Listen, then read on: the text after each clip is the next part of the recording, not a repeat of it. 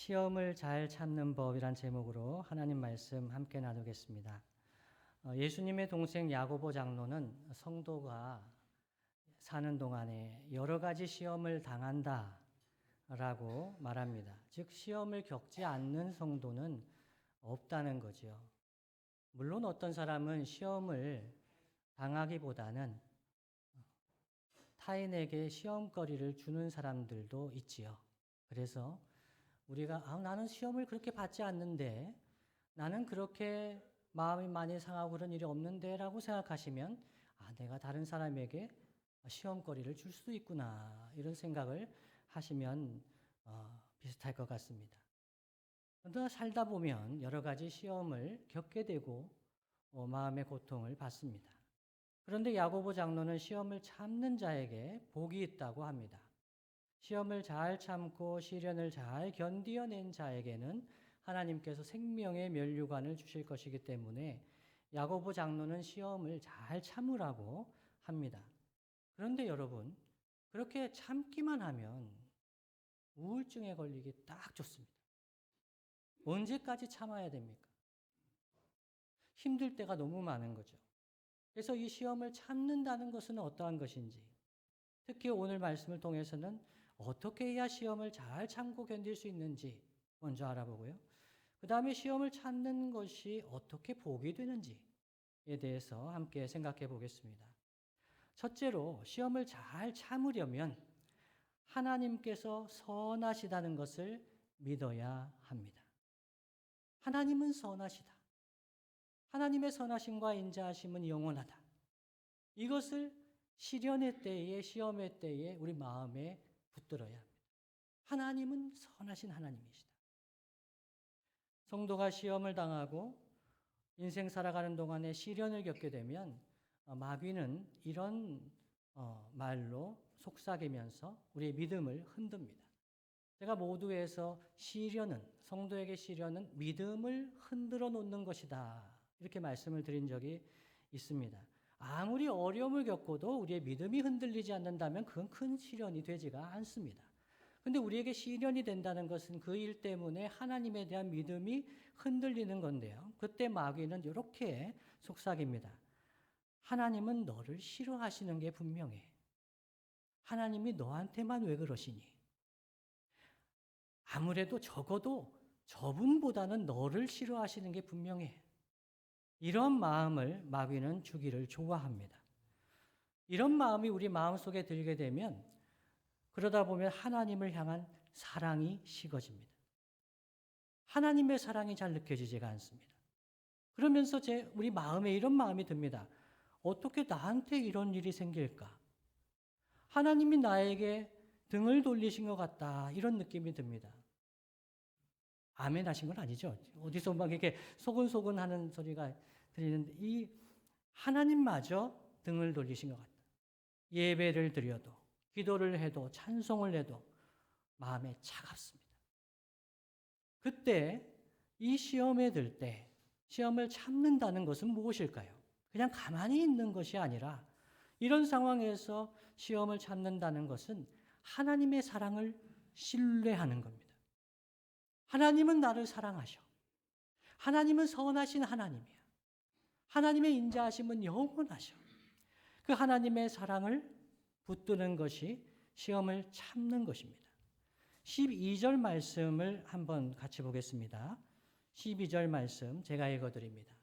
시험을 참는 자는 복이 있나니 이는 시련을 견디어낸 자가 주께서 자기를 사랑하는 자들에게 약속하신 생명의 면류관을 얻을 것이기 때문이라 말씀합니다.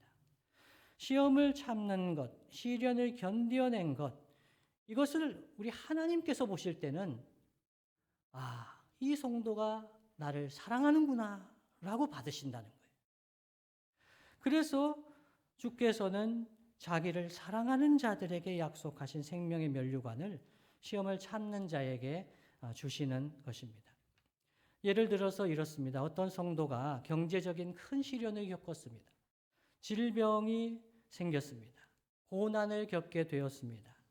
그때에도 선하신 하나님을 사랑한다고 고백하면서 간증할 때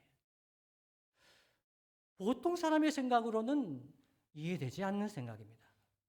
아니 저렇게 큰 재난을 겪었는데, 아니 경제적으로 돈을 많이 잃었는데, 질병이 생겼는데, 고난이 생겼는데 왜 저 사람은 하나님을 사랑한다고 고백할까?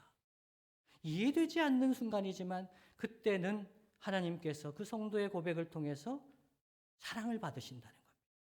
그리고 그 고백을 듣는 우리의 마음속에도 하나님 사랑이 가득하게 됩니다. 2023년 작년이지요. 7월 30일 가정주일에 항암 치료 중이신 박미애 집사님이 특송을 신청하셨습니다. 특송을 하시겠다고 하셨습니다. 그때 박미애 집사님이 어떤 찬양을 하셨는지 기억하시는 분 있으시죠? 주님의 높고 위대하심을 내 영혼이 찬양하네. 주님의 높고 위대하심을. 적어도 박미애 집사님은 그 당시에 이 암이 치료가 될 수 있을지 너무 고통스러운 순간이었습니다. 그때 한여름에 자원하셔서 예배에 나오셔서 주님의 높고 위대하심, 주 하나님 지으신 모든 세계 내 마음에 그려볼 때 하늘의 별 울려 퍼지는 뇌성, 주님의 권능이 우주에 찬다. 그러면서 찬송하실 때 우리의 마음속에 큰 은혜가 있었습니다. 우리가 왜 그 찬송을 들으면서 큰 감동을 받았을까요? 그 이유는 그 박미애 집사님이 사랑하는 그 주님의 영이 우리의 마음속에도 계시기 때문입니다. 우리 안에도 역사하시기 때문입니다. 그래서 우리도 시련 중에 있을 때 그 선하신 하나님을 사랑하기 때문에 우리가 그 찬송을 듣고 함께 하나님께 영광을 돌렸던 것입니다. 그래서 우리가 시험을 당할 때, 시련을 겪을 때 우리는 마귀의 속삭임과 마음의 소리에 속지 말아야 합니다. 우리의 마음에서는 그렇게 이야기합니다. 너는 좀 뭔가 문제가 있는 것 같아. 너는 다른 사람보다 너를 하나님 사랑하시지 않는 것 같아. 이런저런 이야기를 내 마음속에 생각하게 될 때, 마귀가 속삭일 때 두 가지를 꼭 기억해야 하겠습니다. 첫째는요, 아버지 하나님은 친히 아무도 시험하지 않으신다는 것입니다. 13절 하반절이죠. 13절 하반절을 제가 읽어드립니다. 하나님은 악에게 시험을 받지도 아니하시고 친히 아무도 시험하지 아니하시느니라 말씀합니다. 하나님은 여기서 시험한다는 것은 죄를 짓도록 유혹하는 그런 시험을 의미합니다. 하나님은 우리가 낙심하게 하고 죄를 짓도록 시험하게 하는 그런 하나님이 아니시라는 겁니다. 잠시간 시험 당하는 것을 연단을 위해서 우리를 허락하실 때는 있지만, 그러나 그때 시험 당할 즈음에도 우리를 도우시고 피할 길을 내시는 하나님이시라고 말씀을 드립니다. 첫 번째 기억해야 할 것은 하나님은 우리를 친히 시험하지 않으신다. 두 번째는요, 오히려 온전하고 좋은 복을 우리 하나님께서, 모든 온전하고 좋은 복은 우리 하나님께서 주신다. 하나님은 변덕스럽지 않으시고 한결같으시고 약속을 지키시는 신실하신 하나님이시다는 것입니다. 16절과 17절 말씀을 함께 읽어보겠습니다. 시작. 내 사랑하는 형제들아 속지 말라. 온갖 좋은 은사와 내려오나니 그는 회전하는 그림자도 없으시니라. 아멘. 시험이 올 때, 우리의 마음에 고통이 있을 때, 우리는 하나님 어떠한 분이신지를 생각할 때 하나님은 나를 사랑하시는 분, 하나님은 선하신 하나님이시라는 것을 반드시 기억해야 하겠습니다. 두 번째로요, 시험을 잘 참으려면 자기 욕심을 품지 말아야 합니다. 한 번 더 말씀드립니다. 시험을 잘 참으려면 자기 욕심을 품지 말아야 합니다. 야고보 장로는 하나님은 아무도 친히 시험하지 않으신다고 하면서 각 사람이 시험을 받는 것은 그러면 어떻게 된 것이냐? 그것은 자기 욕심에 끌려서, 즉 자기 욕심의 유혹을 받아서 미혹되기 때문이라고 합니다. 미혹된다는 것은 함정에 빠진다는 거죠. 속는 것을 의미합니다. 그러니까 자기 욕심에 유혹을 받아가지고 속는 것. 그래서 우리가 시험에 빠지게 된다. 그래서 우리는 시험에 들고 시련을 당할 때 먼저 살펴보아야 할 것은 내 욕심 때문에 시험을 겪는 것이 아닌가. 내 욕심을 잘 살펴보아야 합니다. 여러분, 사실 욕심이 없는 사람이 어디 있겠습니까? 욕심 없는 사람은 아무도 없습니다. 욕심이 없다고 생각하는 것이 욕심이죠. 그렇게 인정받고 싶어 하는 것이 오히려 욕심일 수가 있습니다. 다들 욕심이 있습니다. 그런데 그 욕심이 있는 것을 누군가 건드리면 시험에 빠지게 됩니다. 여러분, 마이크 욕심이란 말을 들어보셨습니까? 마이크 욕심. 집에 마이크를 막 이렇게 쌓아놓고 막 수집하는 것이 아니고요. 모임에 갔을 때 그 자리에서 말을 하고 싶은 마음, 요 욕심이 있는 분들이 있습니다. 예, 저한테는 이 마이크 욕심이 있을까요? 없을까요? 전혀 없습니다. 제가 어제 음향 공사를 하고 테스트를 한다고 했는데 제가 와가지고 마이크 테스트 하라는데 안 한다고 했습니다. 제가 어렸을 때 교회도 가기 전에 그때 유행하던 노래가 있었습니다.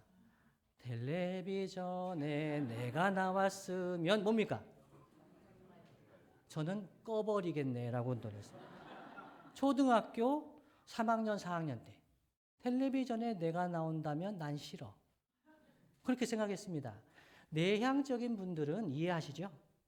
내성적인 분들은 텔레비전에 왜 내가 나옵니까? 이건 재앙이죠. 예, 그냥 보면 되는데. 그래서 마이크를 저한테 주면 저는 좋지 않습니다. 그래서 새가족이 왔을 때도 여러분, 새가족이 오면 새가족에게 마이크를 주는 것을 새가족이 좋아할까요? 안 좋아할까요? 이게 의견이 갈립니다. 예. 이 외향적인 분은 마이크를 드리는 것을 좋아하죠. 마이크 욕심이 있는 분은 그렇습니다. 그래서 마이크 욕심이 있는 분에게 마이크를 안 드리면 어떻게 될까요? 화나죠. 그게 시험이 드는 겁니다. 이 교회는 도대체 나를 어떻게 생각하는 건가? 마이크 욕심이 있기 때문입니다. 근데 마이크 욕심이 없는 분에게 마이크를 드리면 어떻게 됩니까? 시험에 듭니다. 환장한다고요? 예. 그 다음에 안 나옵니다. 이거 시험에 드는 거죠. 이 교회는 배려가 없다. 왜? 그렇게 생각합니다. 내향적인 분들은 아무나 이렇게 마이크를 준다 했을 때 힘이 듭니다. 사람마다 다른 거죠. 그래서 큰 재난이나 사고나 질병, 이렇게 시험이 들기도 하지만 종종 사소해 보이는 일 때문에 시험에 들기도 합니다. 타인이 볼 때는 사소해 보입니다. 그러나 그 사람에게는 중요한 겁니다. 그것을 건드리면 시험에 듭니다. 왜냐하면 그때는 자기 욕심을 건드렸기 때문입니다. 그 사람의 욕심의 영역입니다. 마이크 욕심, 단적인 예입니다. 어떤 사람에게나 욕심은 있습니다. 그래서 욕심은 정말 다양한 얼굴을 가지고 있습니다. 돈 욕심, 먹는 거 욕심, 명예 욕심, 권력 욕심, 여러 가지가 있습니다. 그래서 내 자존심을 상하게 하는 것. 어떤 분은 자존심 상해도 헤헤헤 하면서 좋아합니다. 이분의 욕심은 화목입니다. 화목한 것에 대한 욕심이 있는 분은 자존심 상해도 아무 문제 없습니다. 분위기만 좋으면 됩니다. 그런데 내 자존심에 욕심이 있는 분은 이게 스크래치가 되면은 안 됩니다. 또 뭐가 있습니까? 체면이 깎이거나 상대적으로 박탈감을 느낄 때, 또 다른 사람은 잘 되는 것 같은데 나만 계속 불합격할 때, 여러분 또 어떤 경우가 있나요? 우리의 마음이 상하고 시험에 드는 경우 다양합니다. 다 같은 게 아닙니다. 그러나 욕심이 있을 때 그것을 건드리면 시험에 들게 되는 거죠. 저는 과문한 탓인지 모르겠습니다만은 아직 나라와 민족의 어려움 때문에 시험에 드는 분은 못 봤습니다. 내 욕심이 상할 때, 그 문제 때문에 시험은 들어도 나라와 민족의 어려움 때문에 시험에 드는 사람, 큰 인물입니다. 그런 사람이 있어야 되는 거죠. 그런데 사람은 얼마든지 자기 욕심에 끌릴 수 있습니다. 사람이니까요. 그런데 성경은 자기 욕심을 버려야 한다고 이야기를. 15절 말씀에 욕심이 잉태한 즉 죄를 낳고 죄가 장성한 즉 사망을 낳느니라 말씀합니다. 욕심을 알게 되면 그것 때문에 시험에 드는 마음에 있으면 그 욕심을 버려야 됩니다. 대적해야 됩니다. 그런데 그 욕심을 품으면 안 됩니다. 그 욕심을 묵상하고 그 욕심을 그냥 마음속에 되새깁니다. 나는 이런 욕심을 갖는 것은 정당해. 이거 다른 사람들도 이렇게 생각해야 돼. 그러면서 욕심을 품게 되면 뭐가 됩니까? 죄가 됩니다. 죄가 자라면 결국 사망을 낳습니다. 생명의 멸류관을 주시기를 원하시는데, 우리 주님은 생명을 주시기를 원하시는데, 이 욕심을, 자기 욕심을 품고 죄를 허용하게 되고 그것이 자라게 되면 사망을 낳는 거죠. 여러분, 이 사망과 죽음은 관계라는 관점에서 볼 때는 단절을 의미합니다. 관계라는 관점에서 죄를 보면 이 사망은 단절을 의미합니다. 이 사망과 죽음은 육체적인 죽음뿐만 아니라 영적인 죽음, 사회적인 죽음까지도 포함합니다. 예를 들어서 창세기에서 하나님은 아담과 하와에게 선악을 알게 하는 나무의 열매를 먹으면 어떻게 될 것이라고 했습니까? 정령 죽으리라 했습니다. 선악을 알게 하는 나무의 열매를 먹으면 정령 죽으리라. 근데 그 나무의 열매를 먹고 아담과 하와가 바로 죽었습니까? 바로 죽지는 않았습니다. 수백 년 살다가 이게 죽죠. 그렇다면 이 하나님 말씀은 너무 이렇게 뭐가 되는 거죠? 하나님의 말씀, 선악을 알게 하는 나무의 열매를 먹으면 정령 죽으리라 했을 때 그 아담과 하와가 경험했던 첫 번째 죽음은 영적인 죽음입니다. 하나님과의 단절입니다. 하나님을 피하게 됩니다. 하나님께서 동산에 오셔서 거니시는데 하나님을 피합니다. 사람에게 나타난 첫 번째 죽음입니다. 영적인 죽음이죠. 하나님을 멀리하는 겁니다. 하나님을 부인하는 거죠. 첫 번째 죽음입니다. 두 번째 죽음은 무엇이었습니까? 사회적인 죽음. 가장 사랑하는 배우자입니다. 하와. 내 뼈 중에 뼈요 살 중에 살이라고 얘기했습니다. 결혼을 앞두고 있는 형제 자매들도 계시죠. 너무너무 사랑한다고. 최고의 사람. 그렇게 칭찬하고 찬양하던 배우자. 그 배우자 벌거벗었음으로 인해서 멀어집니다. 그러면서 하나님께서 네가 왜 선악을 알게 하는 나무의 실과를 먹었느냐 했을 때 아담은 어떻게 대답해야 됩니까? 제가 먹었습니다. 하와는 아무 죄가 없습니다. 제가 잘 해야 되는 제 책임입니다. 하는 남편이 있으면 좋은 남편이죠.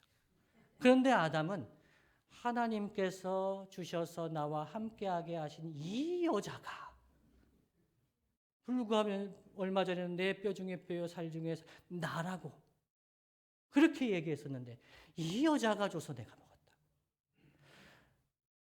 죄를 범하면은 관계의 단절이 일어나는데 가장 가까운 사람, 가장 사랑해야 될 사람도 미워하며 다투게 됩니다. 그래서 이 영적인 죽음, 사회적인 죽음, 육체적인 죽음을 경험하게 되는 것이죠. 따라서 죄가 자라면 육체적인 죽음뿐만 아니라 하나님과의 관계, 사회적인 관계의 단절이 계속됩니다. 그래서 김광석이라는 가수는 이렇게 노래했죠. 서른 즈음에라는 노래 제가 좋아하는데 그 가사 맨 마지막에 뭐라고 되어 있습니까? 서른 즈음에. 지난번에 여쭤봤을 때는 답을 딱 얘기하셨는데 매일 축복하며 살고 있구나. 매일 사랑하며 살고 있구나. 매일 이별하며 살고 있구나. 김광석 가수는 노래했어요. 삶을 보면서 서른 즈음인데 매일 이별하며 살고 있구나. 사랑해야 될 사람, 사랑했던 사람, 가장 가까운 사람. 그들과 더 하나 되고 친밀해지고 사랑해야 되는데 매일 이별하며 살고 있구나. 이것이 우리의 인생이구나. 그렇게 노래했습니다. 관계 회복의 능력이 애당초 우리에게 없습니다. 마지막으로 그렇기 때문에 우리는 자기 욕심을 품으면 안 됩니다. 내 욕심을 품으면 죄가 장성한 사망을 낳게 됩니다. 그래서 우리는 무엇을 해야 됩니까? 진리의 말씀을 품어야 됩니다. 18절 말씀을 우리가 함께 읽어보겠습니다. 18절 말씀 시작. 그가 그 피조물 중에 우리로 한 첫 열매가 되게 하시려고 자기의 뜻을 따라 진리의 말씀으로 우리를 낳으셨느니라. 아멘. 진리의 말씀으로 우리를 낳으셨다. 피조물 중에서 모든 피조물 중에서 우리는 이제 교회 공동체, 하나님 나라 백성들 한 첫 열매가 되게 하시려고 이 열매는 헬라어로 단수입니다. 한 공동체. 우리 각 사람 개인을 낳으신 것이 아니라 진리의 말씀으로 공동체, 주님의 몸을, 하나님 나라 백성을 이렇게 낳으셨는데 무엇으로 낳으셨냐 하면 진리의 말씀으로 낳으셨다라고 이야기를 합니다. 오늘 말씀 본문에 보면은 죄가 사망을 낳는 것, 그리고 진리의 말씀으로 우리를 낳는 것, 이 동사가 동일한 동사입니다. 아포퀴에오라는 동사, 낳는 동사입니다. 그래서 우리가 무엇을 낳을 것인가? 우리가 우리의 욕심을 품으면, 우리가 욕심을 계속 품으면 결국은 죄를 낳고 관계의 하나님과의 단절, 사람과의 관계의 단절, 사망을 경험합니다. 이 세상에서 이미 경험합니다. 그러나 하나님 진리의 말씀을 품으면, 진리의 말씀이 우리 가운데 역사하면 공동체를 낳습니다. 사랑을 하게 됩니다. 그래서 우리가 시험의 때에 품어야 할 진리의 말씀의 핵심은 사랑입니다. 하나님을 사랑하고 이웃을 사랑하는 이 사랑의 말씀을 품어야 합니다. 로마서 5장 8절 말씀 이렇게 증거하지요. 함께 한번 읽어봅니다. 시작.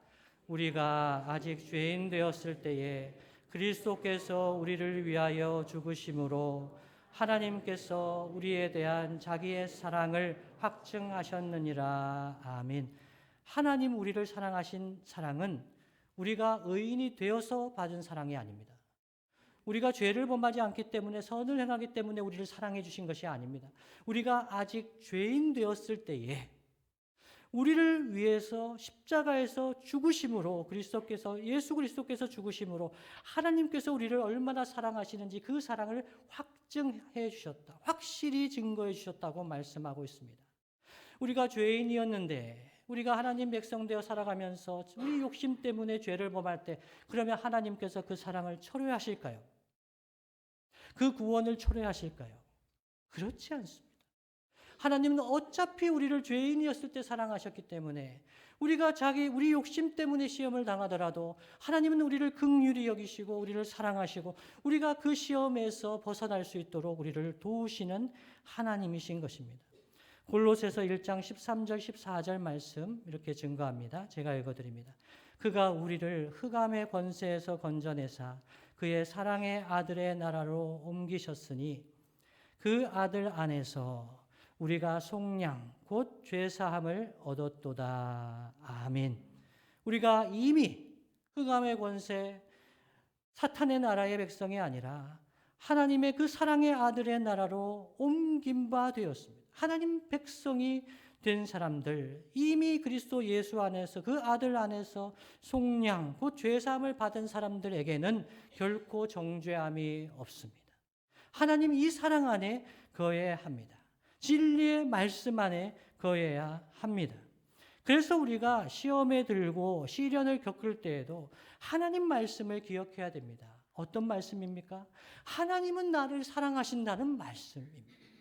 하나님은 죄인인 나를 사랑하셨고 지금도 사랑하고 계시고 이후에도 하나님은 십자가 사랑으로 우리를 사랑하신다는 약속을 믿어야 하는 것입니다. 비록 내 욕심과 죄 때문에 부끄럽고 고통스럽습니다. 숨고 싶습니다. 그러나 우리는 진리의 말씀을 붙들어야 합니다. 십자가의 예수님은 이러한 죄인을 사랑하셔서 나 대신에 죽으셨다는 것, 그 무엇도 그 누구도 우리를 그리스도 예수의 그 사랑 안에서, 하나님 사랑에서 끊을 수 없다는 것을 말씀을 의지하여 선포해야 합니다. 로마서 8장 35절 38절, 39절 말씀 다 함께 한번 읽어봅니다. 시작. 누가 이를 환난이나 곤고나 박해나 기근이나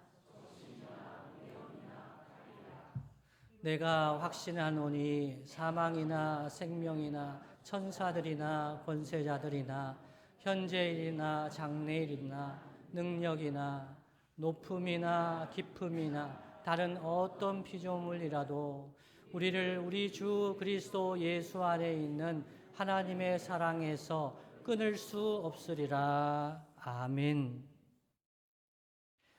제가 보통 영접 기도를 할 때 성도들과 이야기를 할 때 그런 이야기를 합니다. 그리스식 악수가 있죠. 우리는 보통 악수를 이렇게 하지 않습니까? 그리스식 악수는 손목을 잡는 악수라 이렇게 얘기하죠. 우리는 하나님 손을 놓아도 우리의 욕심 때문에, 우리 죄 때문에 하나님 손을 놓는 것 같아도 하나님은 우리 손을 놓지 않으신다는 거예요. 사랑하시고 구원하시는 하나님의 백성을 놓지 않으시고 끝까지. 그래서 어느 누구도 그 무엇도 우리를 사랑하신 하나님의 사랑에서 끊을 수 없기 때문에 시험을 당할 때에, 시련을 당할 때에 우리는 진리의 말씀을 기억해야 하겠습니다. 말씀을 마무리하겠습니다. 사진을 하나 올려주시겠습니까? 하와이 연가라는 영화를 제가 두 번째, 어제 오후에 보게 되었습니다. 우리 이혜지 성도님이 공동 뭐라고 하죠? 제작자? 프로듀서. 예, 공동 프로듀서로 참여한 영화입니다. 하와이 연가. 이 장면은요, 칼라우파파, 제가 적었습니다. 칼라우파파 섬에서 촬영한 겁니다. 여기는 칼라우파파 국립공원인데요. 아무나 들어갈 수 있는 곳이 아닙니다. 그래서 허가를 받고 6명이 들어가서 이제 촬영을 하게 되었는데요. 하와이의 소록도라고 할 수 있는 섬입니다. 소록도 아시지요? 한센병에 걸린 분들이 격리되어서 살아갔던 그 소록도 지금도 있습니다. 안 가보신 분은 꼭 가보시기 바랍니다. 지금으로부터 121년 전에 희망을 품고 하와이로 이민을 떠났던 사람들이 있습니다. 미지의 땅 포와라고 했답니다. 그 당시에는 하와이, 지금의 하와이죠. 포와 땅으로 이민을 떠났습니다. 그 사람들 중에 한 사람이 김춘석이란 사람이 있었습니다. 하와이에 도착해서 사탕수수 농장에서 열심히 일했습니다. 그러다가 한센병에 걸린 겁니다. 한센병으로 의심이 돼서 이 칼라우파파라는 섬으로 유배가 되었습니다. 아는 사람들과 다 헤어져서 이 섬에 가서 살게 되었습니다. 결국 이 김춘석 씨는 그곳에서 생을 마감하게 되었습니다. 큰 시련과 시험을 겪은 거죠. 이만한 고통이 어디 있겠습니까? 그래서 그 사람들 중에 어떤 사람은 극단적인 선택을 하고 마음의 병이 들어서 많은 사람들이 살았다고 합니다. 그런데요, 그곳에서 칼라우파파에서 사람들이 우리에게 전해준 이야기가 있습니다. 이 하와이 연가라는 영화를 통해서 우리에게 전해준 이야기가 있습니다. 나이는 다르고 인종은 다르고 민족은 달랐지만 그들이 비록 원치 않는 질병에 걸려서 사람들로부터 사회로부터 버림을 받았지만 이 칼라우파파 땅에 와서 사람들을 만나며 그들과 사랑을 나누며 교제하며 그곳에서 공동체를 이루었다는 이야기를 이 하와이 연가라는 영화를 통해서 우리에게 들려주고 있습니다. 그들은 사람들의 버림을 받았지만 그들을 사랑하여 의료인들이, 종교인들이, 가족들이 그들을 사랑하여 칼라우파파로 갔습니다. 그들과 함께 살았습니다. 그들과 함께 축제를 했습니다. 그들과 함께 축하하면서 기쁨을 나누면서 마지막 순간을 맞이했다는 것을 지금은 사진으로, 노래로, 영화로 우리에게 보여주고 있습니다. 저는 그 영화를 보면서 부모님 세대를 생각했습니다. 모진 고난과 시련 속에서도 무엇으로 그분들이 부모님 세대가 그 시련과 시험을 견딜 수 있었을까? 정말 삶이 우리를 속이는 것 같고 사람들이 우리를 속인 것 같고 이 삶이 고통스러울 때 어떻게 부모님 세대는 그 시련을 견딜 수 있었을까? 저는 그 칼라우파파에서 그 영화를 보면서 그들은 사랑했다는 것, 그 어떤 순간에도 사랑을 잃지 않았다는 것, 그것을 경험하게 되었습니다. 주님이 사랑하시는 성도 여러분, 우리는 시련을 겪을 수 있습니다. 시험을 겪을 수 있습니다. 돈을 잃어버릴 수 있습니다. 재산을 잃어버릴 수 있겠지요. 건강을 잃어버릴 수도 있을지 모릅니다. 그러나 여러분, 사랑을 잃어버리지 마시기를 바랍니다. 하나님 사랑을 잃어버리지 마시기를 바랍니다.